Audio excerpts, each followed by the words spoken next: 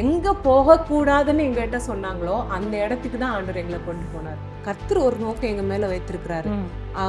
அந்த இடத்துல போன பிறகுதான் தெரியுது, அந்த இடத்துல இருக்கக்கூடிய சின்ன பிள்ளைங்க, எஸ்பெஷலி சின்ன பிள்ளைங்க, வாலிபர்கள் எல்லாம் பார்த்தீங்கன்னா மோஸ்ட்லி அனாதை பிள்ளைங்க.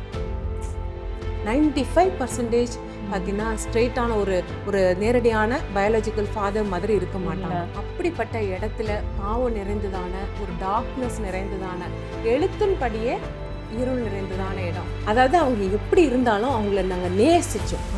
அப்படி ஒரு அன்பு ஆண்டவர் எங்களுக்கு கொடுத்தாரு. அந்த ஜனங்களை போன உடனே ஹக் பண்றதை அவங்க எதிர்பார்ப்பாங்க. நம்ம வந்து ஒருவேளை அந்த பிள்ளைங்க ஊக்கடிச்சிட்டு இருக்கு, அழுக்கா இருக்கு அப்படின்னு சொல்லி நம்ம தூரம் நின்று இருந்தா அவங்களால நம்மள ரீச் பண்ண முடியாது. ஏன்னா ஜாப்லெஸ்னஸ் வந்து ஒரு பெரிய கொடுமையான எதிரி அவங்களுக்கு. அந்த நிறைய கிரைம் பண்றதுக்கு அவங்கள இது பண்ணுமா ஜாப்ல. ஆமா, வேலை இல்லாதனால கிரைம் பண்றாங்க, கிரைம் பண்றதுனால வேலை கொடுக்க மாட்டாங்க. இந்த மாதிரி காரியம் இருக்கு. ஏன்னா வரவங்களுக்கு சோப் சூப் சால்வேஷன்.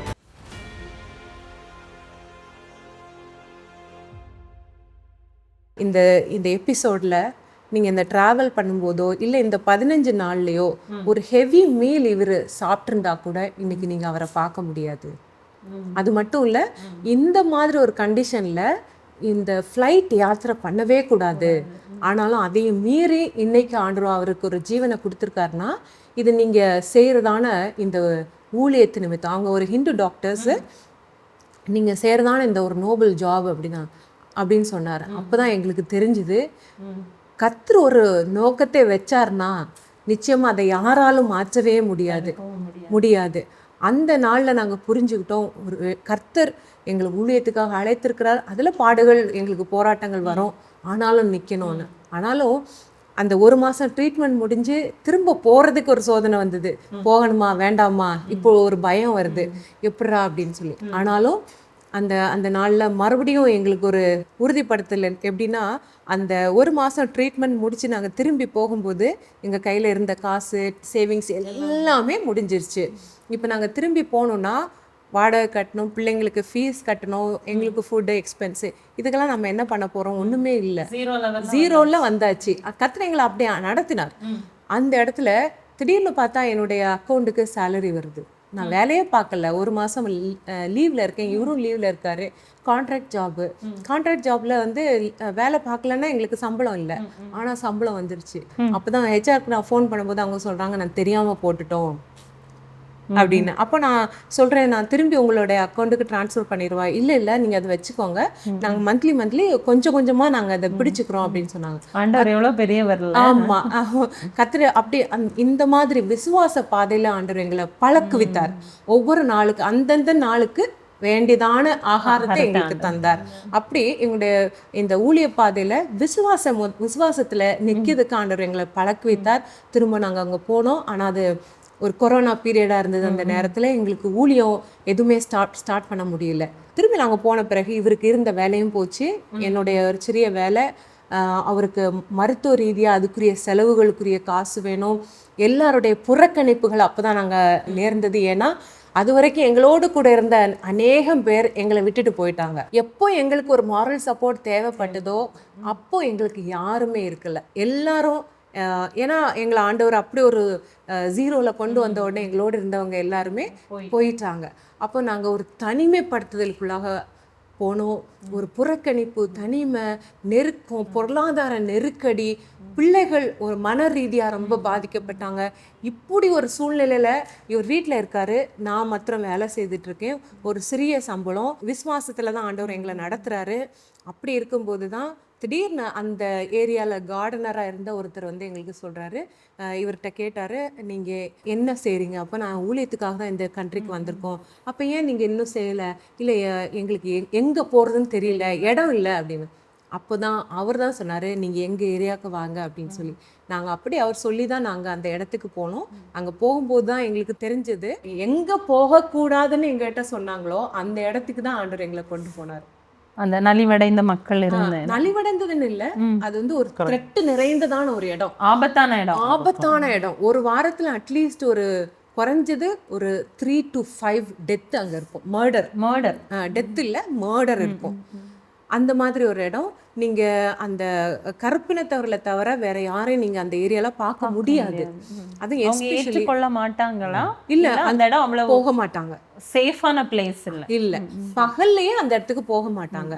அது மட்டும் இல்ல, அந்த இடத்துல போகணும்னா அந்த அந்த இது ஸ்ட்ரீட்டுக்குள்ளே என்டர் ஆகும்போதே தெரியும் அங்குள்ள பழக்க வழக்கங்கள், அந்த ஜனங்களுடைய நடவடிக்கைகள். அந்த ரோட்ல கூட சின்ன சின்ன பிள்ளைகள்லாம் அப்படியே இஷ்டத்துக்கு நடக்கும். ரோட்ல வண்டியில போனா நம்ம தான் பொறுமையா நிக்கணும். அவங்க வந்து ஹார்ன்லாம் பண்ணனா அவ்வளோதான். ஹார்ன் பண்ணனா அவங்க அப்படி ஒரு முறைப்பாங்க, இல்லை நம்மளை திட்டுவாங்க. அந்த மாதிரி ஒரு ஏரியா. அதில் தான் ஆண்டவர் எங்களை கொண்டு போனாரு. நாங்களே ஒரு ஒரு பலவீனமானவர்கள், ஆனால் ஆண்டவர் அந்த இடத்துக்கு தான் எங்களை கொண்டு போனாரு. அப்போதான் எங்களுக்கு தெரிஞ்சது கர்த்தர் ஒரு நோக்கம் எங்கள் மேலே வைத்திருக்கிறாரு. அந்த இடத்துல போனப்புறம் தான் தெரியுது, அந்த இடத்துல இருக்கக்கூடிய சின்ன பிள்ளைங்க, எஸ்பெஷலி சின்ன பிள்ளைங்க, வாலிபர்கள் எல்லாம் பார்த்தீங்கன்னா மோஸ்ட்லி அனாதை பிள்ளைங்க.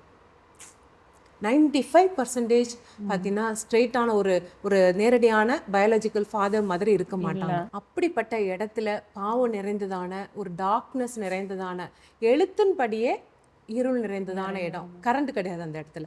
சவுத் ஆப்பிரிக்கால பொதுவாகவே ஒரு நல்ல ஒரு கட்டமைப்பு உள்ளதான ஒரு கண்ட்ரி தான் அது. ஆனா இப்படிப்பட்ட ஜனங்கள் இருக்கக்கூடியதான பகுதிகள் ஆங்காங்கே இருக்கும், கண்ட்ரி ஃபுல்லா இருக்கும். இந்த இடத்துல எஸ்பெஷலி எங்களை ஆண்டவர் கொண்டு போனதான இடத்துல ஒரு எக்ஸ்டென்ஷன் சொல்லுவாங்க. ஒவ்வொரு இடத்துக்கு பேர் பிளேஸோட நேம் டீப் மென்ஷன் பண்ண முடியுமா? டீப் ஸ்லூட்னு சொல்ற இடம். டீப் ஸ்லூட்ல நிறைய எக்ஸ்டென்ஷன் இருக்கு. அங்க ஆண்டவர் எங்களை கொண்டு போனதான இடம் வந்து எக்ஸ்டென்ஷன் 1. எக்ஸ்டென்ஷன் 1 தான் நம்பர் 1 டேஞ்சரஸ் ஏரியா. பயங்கர ஏரியா. எப்படின்னா நைட்ல ஒரு 8 மணிக்கு மேலலாம் யாருமே அங்க இருக்கிறவங்க கூட வெளியே வர மாட்டாங்க. எல்லாருமே வீட்டுக்குள்ள முடங்கிடுவாங்க. அவங்க பாத்ரூம் போகணுன்னா கூட வீட்டுக்குள்ளே பாத்ரூம் போயிடும், வெளியே வர முடியாது. ஏன்னா யோசிச்சு பாருங்க, அவங்களே ஏழ்மையான நிலவரத்துல இருக்காங்க. அந்த ஏழ்மையான நிலவரத்துல இருக்கவங்க கிட்ட இருக்கக்கூடிய ஒரு சின்ன செல்போனோ இல்லை 10 20 ரூபாய்க்காக கொலை பண்ணுவாங்க. Oh my God. அப்ப அந்த அளவு வறுமை அவங்கள வறுமை, அந்த அளவுக்கு வறுமை. நைட்ல அந்த ஜனங்க சொல்லுவாங்க, நைட்ல தூங்கும்போது திடீர்னு அங்கங்க கன் ஷாட் கேட்குமா. அப்படி 8 மணிக்கெல்லாம் சர்வசாதாரணமா கொலை நடக்கும். நாங்க ஊழியர் செய்யற இடத்துல ஒரு ஒயின் ஷாப் இருக்கு, நிறைய ஒயின் ஷாப் இருக்கு. அந்த ஒயின் ஷாப்ல இருக்கக்கூடிய ஓனரு அவங்க வந்து எல்லா ரூபாயெல்லாம் கலெக்ட் பண்ணிட்டு அவங்க வண்டியில ஏறி போறாங்க. வண்டியில ஏறினோன்னு ஷூட் பண்ணிட்டான் காசுக்காக. இந்த மாதிரி 10க்கும் 20க்கும் மொபைலுக்கும் அங்க சர்வசாதாரணமாக கொலை நடக்கக்கூடிய இடம், டார்க்னஸ் ஆன இடம், எழுத்தின்படியும் ஆவிக்குரிய பிரகாரமாகவும் இருள் நிறைந்த இடம், பாவம் நிறைந்ததான இடம். அந்த இடத்துல தான் ஆண்டவர் எங்களை கொண்டு போய் ஊழியம் செய்யறதுக்கு தொடங்க வைத்தார். அண்ணாவை கூட ஒரு கன் பாயிண்ட்ல, ஐ திங்க் டிராஃபிக் சிக்னல்ல, அதுவும் இல்லாமல் நம்ம சர்ச்சுக்கு இடம் பார்க்கறதுட்டு இருக்கும்போது கூட ஒரு ஆள் நமக்கு டிரான்ஸ்லேட் பண்ணுற மனுஷன் எங்களை ஏமாற்றி அந்த இடத்துல போய் நம்ம சர்ச்சு கட்டலான்னு சொல்லிட்டு எனக்கு கிட்டத்தட்ட ஒரு 20-25 லோட் ஆஃப் ட்ரக்கு கொண்டு வந்து நான் மண்ணெல்லாம் போட்டு நிரப்பி அங்கே சர்ச் கட்டணுன்ட்டு. கடைசியில் அந்த ஆள் எனக்கு உதவி பண்ணுறேன்னு சொல்லிட்டு, அவரோட இன்டென்ஷன் என்னென்னா இந்த சர்ச் நான் கட்டுற மாதிரி எனக்கு ஹெல்ப் பண்ணுற மாதிரி காமிச்சிட்டு, அவரோட இன்டென்ஷன் வந்து பிரிக் ஃபேக்ட்ரி கட்டணுன்ட்டு. ஸோ நான் எல்லாம் நிரப்பி கிட்டத்தட்ட 27,000 ரேண்ட் சம்திங் நாங்கள் செலவு பண்ணிட்டோம். பண்ண பிறகு இவர் என்ன பண்ணிட்டாரு, அந்த அங்கே உள்ள கம்யூனிட்டி ஆளுங்க ரவுடிங்களெல்லாம் கூப்பிட்டு வந்துட்டு, இந்த ஆள் வந்து இது மாதிரி ஊழியம் பண்ணுறேன்னு சொல்லிட்டு பிராத்தல் பண்ணுறாரு அப்படி இப்படிலாம் அவங்கள இது பண்ணி, ஸோ என்னை வந்து நோ மேன் லேண்டுக்கு போகலான்னு சொல்லிட்டு கூட்டிகிட்டு போய் என்னை அந்த ரவுடிஸ் எல்லாம் வச்சு என்னை த்ரெட்டன் பண்ணி இன்னும் இங்கேயே போட்டு தள்ளிடும். ஒருத்தன் கன்னெல்லாம் எடுத்து காமிச்சு எனக்கு இது பண்ணான். ஸோ 2-4 தடவை எனக்கு அந்த கன் வச்சுருக்கானுங்க. ஓகே, அப்புறம் அந்த போலீஸ் ஸ்டேஷனுக்கு போய் என்னை கூட்டிகிட்டு போயிட்டு அந்த ரவுடிஸுங்களாம் வந்து கேட்டாங்க, என்ன பண்ணுறீங்க? அப்போ நான் ஃபுல் ஹிஸ்ட்ரியை சொன்னேன், இதுதான் பண்ண வந்தேன், இதுதான் என்னோட இன்டென்ஷன் சொன்னோன்னா, அப்போ போலீஸ்காரங்க சொன்னாங்க, இந்த ஆள் தான் உனக்கு வந்து ஊழியத்தை வந்து பண்ண விடாமல் பண்ணுறான், அவனை please kick him out of the சர்ச்ன்னு சொன்னார்.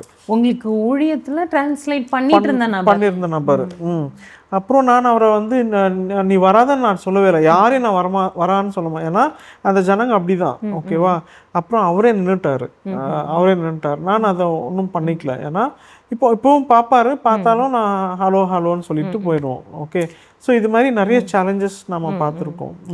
தென் இதை வந்து இப்போ அந்த மினிஸ்ட்ரியை நீங்கள் அந்த மக்களுக்குள்ள எப்படி இந்த ஊழியத்தை கொண்டு போனீங்க, நீங்கள் போகிறதுக்கு முன்னமே இருந்ததுக்கும் இப்போவும் எவ்வளோ டிஃப்ரென்ஸ் பார்க்குறீங்க?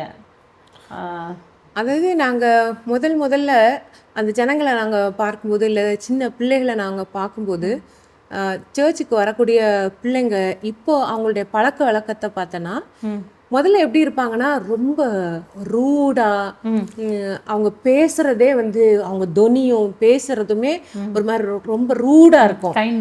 கைண்டாவே இருக்காது. அவங்க ரெஸ்பெக்டே கொடுக்க மாட்டாங்க. அந்த மாதிரி தான் அந்த பிள்ளைங்களுடைய பழக்க வழக்கம் இருந்தது. மாத்திரம் இல்லை, அவங்க இந்த தண்ணி அடிக்கிறது, தம் அடிக்கிறது, கஞ்சா அடிக்கிறது சின்ன வயசுல இருந்தே அந்த மாதிரி பழக்க வழக்கம். இன்னும் அது மட்டும் இல்லை, ஆம்பளை பிள்ளைங்க பொம்பளை பிள்ளைங்க இவங்க வந்து சர்வசாதாரணமா அவங்க பழகுவாங்க.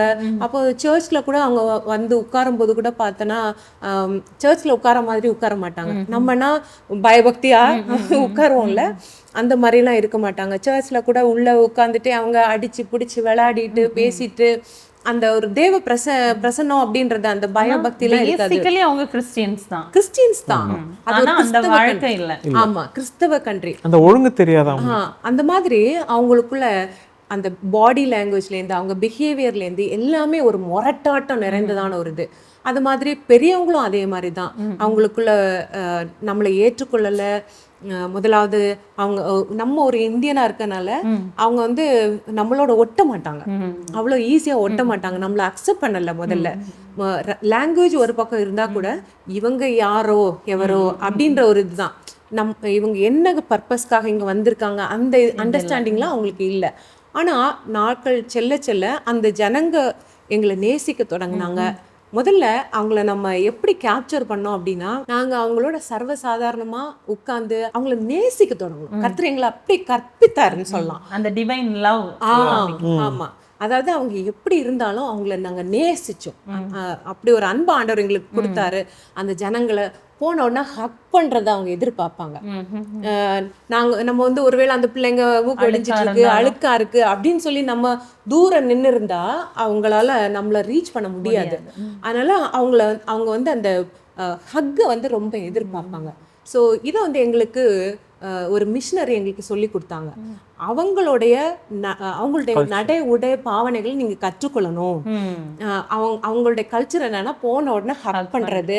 அது மட்டும் இல்ல, உங்களோட ட்ரெஸ்ஸிங்கு உங்களோட கல்ச்சரை அவங்க கிட்ட புகுத்தாதீங்க. ஒருவேளை நான் சுடிதார் தான் போடுவேன் அப்படின்னு சொல்லிட்டு நீங்க சுடிதாரே அங்க போட்டு சுடிதார் போடலாம், தப்பு இல்லை. ஆனா அவங்கள மாதிரி அவங்க ஏற்றுக்கொள்ற ரெகுலரா நான் என் இந்தியன் ட்ரெஸ் தான் போடுவேன் அப்படின்னு நீங்க இருக்காதீங்க. அவங்கள நீங்க ஏற்றுக்கொள்ளுங்க, அவங்க உங்களை ஏற்றுக்கொள்ளணும்னு நீங்க எதிர்பார்க்காதீங்க அப்படின்றதே எங்களுக்கு ஒருத்தர் சொல்லி கொடுத்தாங்க. அது வந்து எங்களோட மைண்ட்ல இருந்தது. அதனால நாங்க என்ன பண்ணோம், நாங்க போனாலுமே அவங்களோட ட்ரெஸ்ஸிங்கை நாங்க போட்டுக்குவோம். அங்க போகும்போதெல்லாம் நாங்க அதே மாதிரி உடுத்த ஆரம்பிச்சோம். அவங்கள நல்ல நேசிக்க தொடங்கினோம். அவங்களோட உட்கார்ந்து பேசுறது, டைம் ஸ்பெண்ட் பண்றது. சனிக்கிழமை காலையில ஃபாஸ்டிங் ப்ரேயர்னு வைப்போம். ஃபாஸ்டிங் ப்ரேயருக்குன்னு பிள்ளைங்க வருவாங்க, பெரியவங்களும் வருவாங்க. அவங்களோட உட்காந்து அதிகமாக பேசி அவங்களோட கனெக்ட் பண்ணும். உங்களுக்கு என்ன பிரச்சனை, நீங்கள் எப்படி உங்களுடைய வாழ்வாதாரம் என்ன, உங்களுடைய வீட்டு சூழ்நிலை என்ன. அவங்க நிறைய பேர் வந்து அதை ஃபஸ்ட்டு ஹெசிடேட்டாக இருப்பாங்க. எப்படின்னா, ஏன்னா ஹஸ்பண்ட் பற்றி கேட்க முடியாது அவங்ககிட்ட. பெண்கள் தான் மோஸ்ட்லி வர்றது. லைஃப் ஸ்டைல் அப்படி இருக்குதா? ஆமாம். அப்போ எங்களுக்கு கேட்கறதா வேண்டாவா அப்படின்னு இருக்கும். ஆனாலும் உங்களுடைய ஃபேமிலி எல்லாரும் எப்படி இருக்கீங்க, எத்தனை பேர் அப்படிலாம் கேட்கும்போது யாருமே ஹஸ்பண்டை பற்றி பேச மாட்டாங்க. யாருமே அந்த ஹஸ்பண்ட்ற வேர்டை யூஸ் பண்ண மாட்டாங்க. பாய் ஃப்ரெண்ட் தான் சொல்லுவாங்க. பார்ட்னர் பெரியவங்களா இருந்தா கூட பாய் ஃப்ரெண்டுன்னு தான் சொல்லுவாங்க. அங்க அந்த முறையான ஒரு வாழ்க்கை முறை இல்லை, கிடையாது. அவங்க வந்து கல்யாணம்ன்ற ரெஜிஸ்டர் பண்ணி சர்ச் மேரேஜ் அப்படிலாம் கிடையாது. அப்போ அங்க இருக்கக்கூடிய, எனக்கு தெரிஞ்சு நம்ம சர்ச்ல வரக்கூடிய யாருமே முறையா கல்யாணம் பண்ணல. அவங்க எல்லாருமே ஒரு காலகட்டத்தில் அவங்க சேர்ந்து வாழ தொடங்கி, ஒருத்தர் 2 பேர் இப்படிலாம் வாழ தொடங்கி அவங்க பிள்ளைகளை பெற்று அப்படி ஒரு கட்டமைப்பில் தான் அவங்க வாழ்ந்துட்டு இருக்காங்களே ஒழிய சரியானபடி ஒரு மேரேஜ் அப்படிலாம் கிடையாது. அப்போ கொஞ்சம் கொஞ்சமாக அவங்கள நாங்கள் அணுக தொடங்கினோம். அப்போது எங்கள்கிட்ட ஓப்பன் பண்ண தொடங்கினாங்க. இந்த மாதிரி எனக்கு வந்து இப்போது ஒரு சிஸ்டர் வந்து சொன்னாங்க, நான் கேட்டேன், உங்களுக்கு பிள்ளைங்க 2 பேர் இருக்காங்க, ஒருத்தரோட வாழ்கிறாங்க, அப்போ உங்கள் ஹஸ்பண்ட் எப்போ கல்யாணம் பண்ணீங்க அப்படிலாம் கேட்கும்போது அப்போ அவங்க உண்மையை சொன்னாங்க. இல்லை, நான் ஆல்ரெடி எனக்கு ஒரு ஹஸ்பண்ட் இருந்தார், அவரோட நான் வாழ்ந்துட்டு இருந்தேன், அவர் என்னை விட்டுட்டு போயிட்டாரு, அதில் ஒரு ஒரு பையன் இருக்கான், இப்போ இருக்கிறவர் 2வது, அவர் என்ன கல்யாணம் பண்ணிக்கிட்டார், கல்யாணம்னா நாங்கள் சேர்ந்து வாழ தொடங்கினோம் இப்படின்னு அவங்களுடைய வாழ்க்கை முறைகளெல்லாம் ஓப்பன் பண்ண ஆரம்பித்தாங்க. அப்போ நாங்கள் சில காரியங்களை ஓப்பனாக சொன்னோம். இந்த மாதிரி சரி போனது போட்டு முடிஞ்சது, இதுக்கு மேலே நம்ம திரும்ப திரும்ப வேற பார்ட்னரை நம்ம மாற்றிட்டே இருக்கக்கூடாது, அது வேதத்தின்படி தவறு. நம்ம டிவோர்ஸ் பண்ணுறதோ இல்லை திரும்ப திரும்ப கல்யாணம் பண்ணுறதோ, பாய் ஃப்ரெண்ட் கேர்ள் ஃப்ரெண்ட், இந்த கல்ச்சர் வந்து நமக்கு வேதத்தின்படி சரியானது இல்லை இப்படின்ற காரியங்களை நாங்கள் ஓப்பன் பண்ணி பேச தொடங்கணும். அதுக்கப்புறம் அவங்களுடைய நிலைமைகள்லாம் மாற தொடங்கிச்சு. அதாவது வேற ஆளை மாற்றிட்டு போகிறது, அந்த மாதிரி காரியங்கள் அவங்களுடைய அதாவது சர்ச்சுக்கு வர்றவங்களுடைய மத்தியில் அப்படிப்பட்ட காரியங்கள் எதுவுமே இல்லை. இப்படி அவங்களுடைய சுபாவங்களில் மாற்றம் வந்தது. அது மட்டும் இல்லை, அவங்களுடைய வாழ்வாதாரங்களும் சர்ச்சுக்கு வரக்கூடிய ஒரு சிலர் பார்த்தீங்கன்னா அவங்களுடைய வாழ்வாதாரங்களையும் கர்த்தர் மாற்றினார். நாங்கள் தொடர்ந்து ஜெபிக்கிற ஒரு காரியம், ஆண்டவரே வேலையை கொடும்.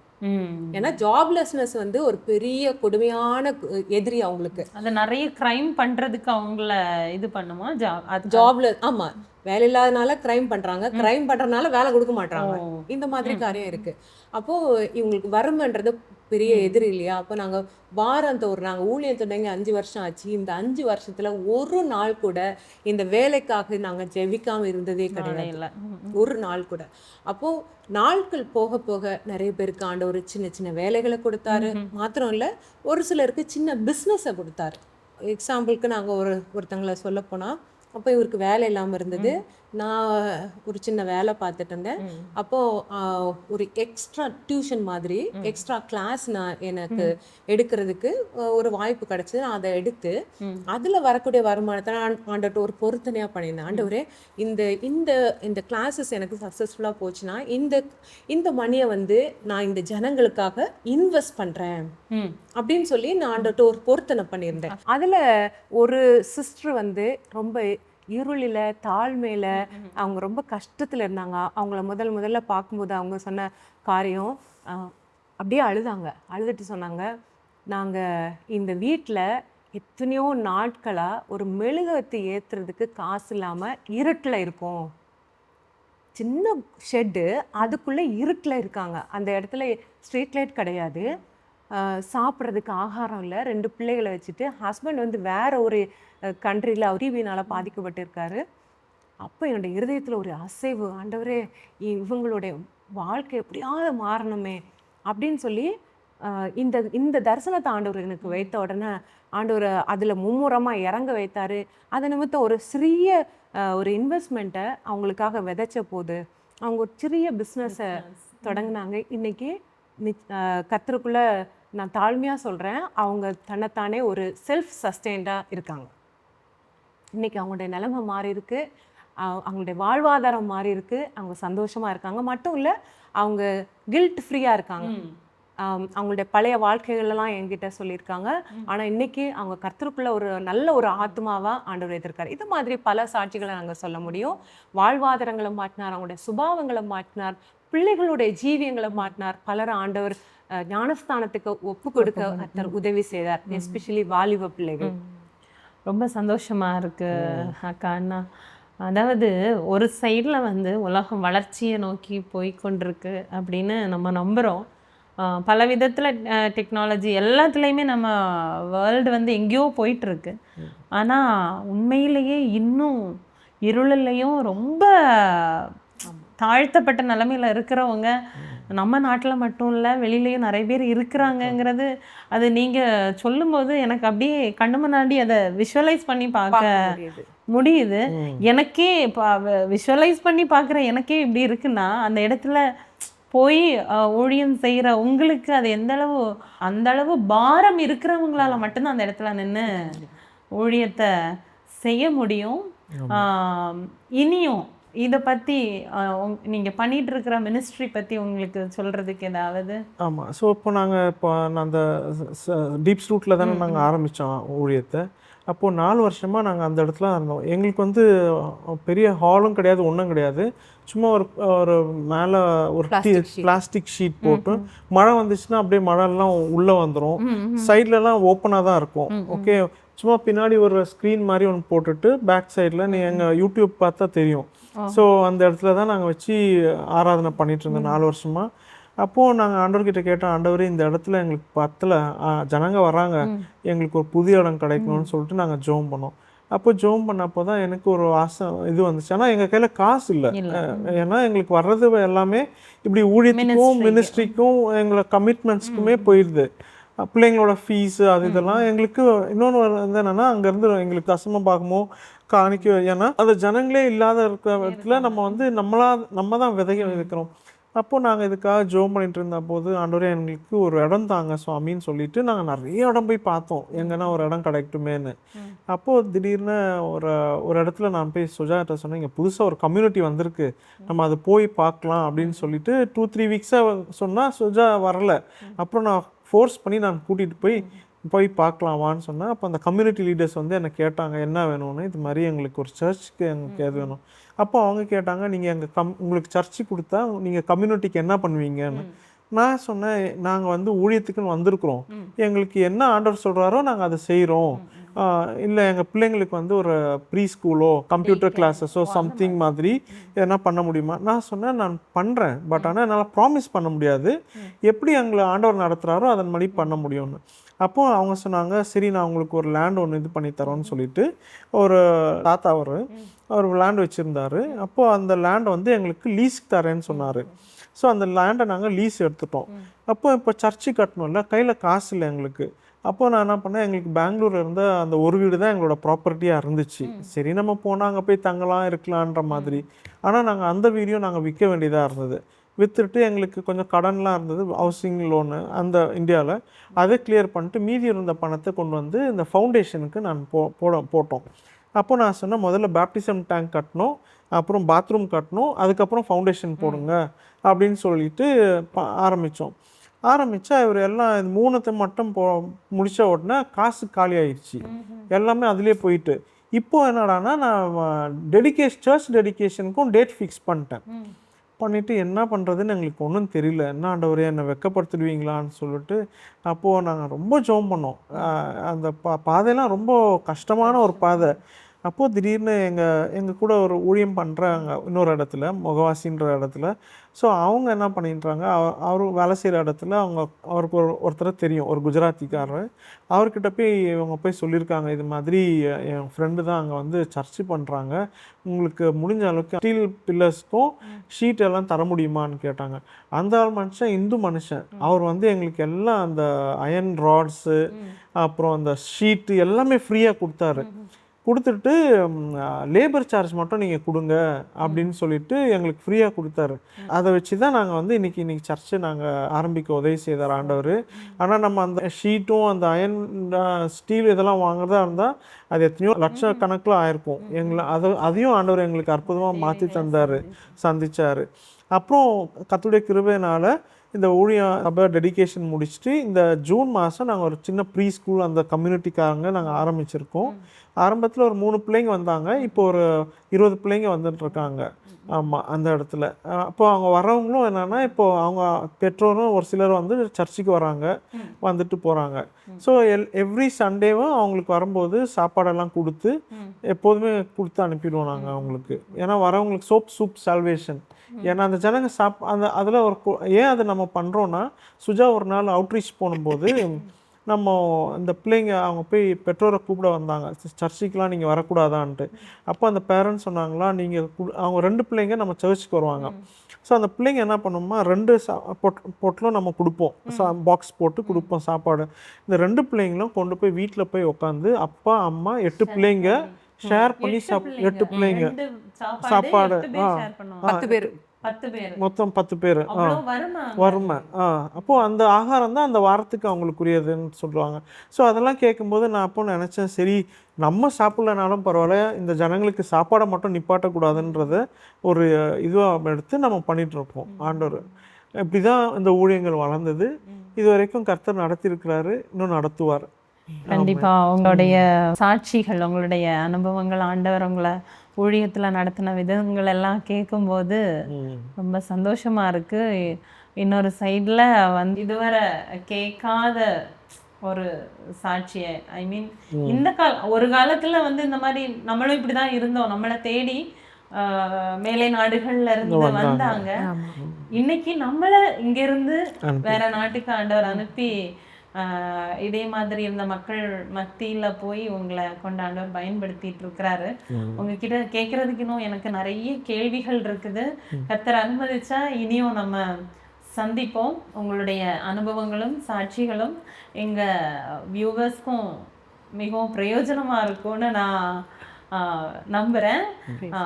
லாஸ்டா உங்ககிட்ட நான் வந்து கேட்கறது, உங்களுடைய வாழ்க்கை, உங்களை ஆண்டவர் நடத்தின இந்த காரியங்கள் வச்சு 2 வார்த்தை எங்களுடைய நேயர்களுக்கு நீங்க என்ன சொல்ல விரும்புறீங்க? ஏஞ்சல் கேட்ட கேள்விக்கு நாங்கள் அதை ஒரு பாட்டாக நாங்கள் பாட விரும்புகிறோம். விஸ்வாச நாயகன் இயேசுவை நோக்கி நாங்கள் ஓடுறதான யாத்திரையை குறிச்சதான ஒரு பாடல். விஸ்வாச நாயகன் இயேசுவை நோக்கி விஸ்வாசத்தால் ஞானும் ஜீவிക്കുന്നു, കാഴ്ചയാൽ ഒരുവൻ ജീവിപ്പതിലും ശ്രേഷ്ഠമായി പോറ്റുന്നെന്നെ. ലോകം നൽകാതെ ശാശ്വത ശാന്തി വിശ്വാസപാതയിൽ ഉണ്ടെനിക്ക്. ലോകം നൽകാതെ ശാശ്വത ശാന്തി വിശ്വാസപാതയിൽ ഉണ്ടെനിക്ക്.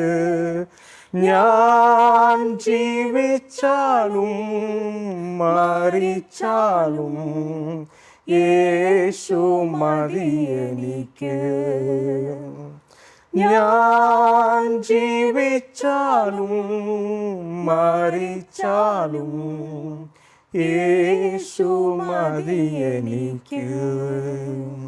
இப்படிப்பட்டதான ஒரு தருணத்தை எங்களுக்கு உண்டு பண்ணி இந்த இன்டர்வியூ எடுத்ததான பிரைஸ் டிவி நிறுவனருக்கும் இந்த ஊழியர்களுக்கு எல்லாருக்கும் கர்த்தருடைய நாமத்தில் அவரை நாங்கள் வாழ்த்துகிறோம், ஆசீர்வதிக்கிறோம். விசேஷமாக மகள் ஏஞ்சல் இப்படிப்பட்டதான ஒரு இன்டர்வியூ எடுத்ததுக்காக கர்த்தருக்கு நன்றி செலுத்துகிறோம். கர்த்தர் மகளையும் ஆசீர்வதிப்பாராக, குடும்பத்தாரையும் ஆசீர்வதிப்பாராக.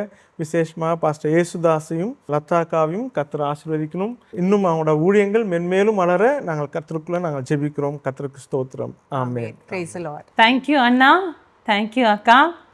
நான் வாழ்ந்தாலும் மரித்தாலும் இயேசுவுக்கே அப்படின்னு சொல்லிட்டு நீங்கள் விசுவாசத்தோட உங்களுடைய ஊழியத்தை செய்து கொண்டிருக்கிறீங்க.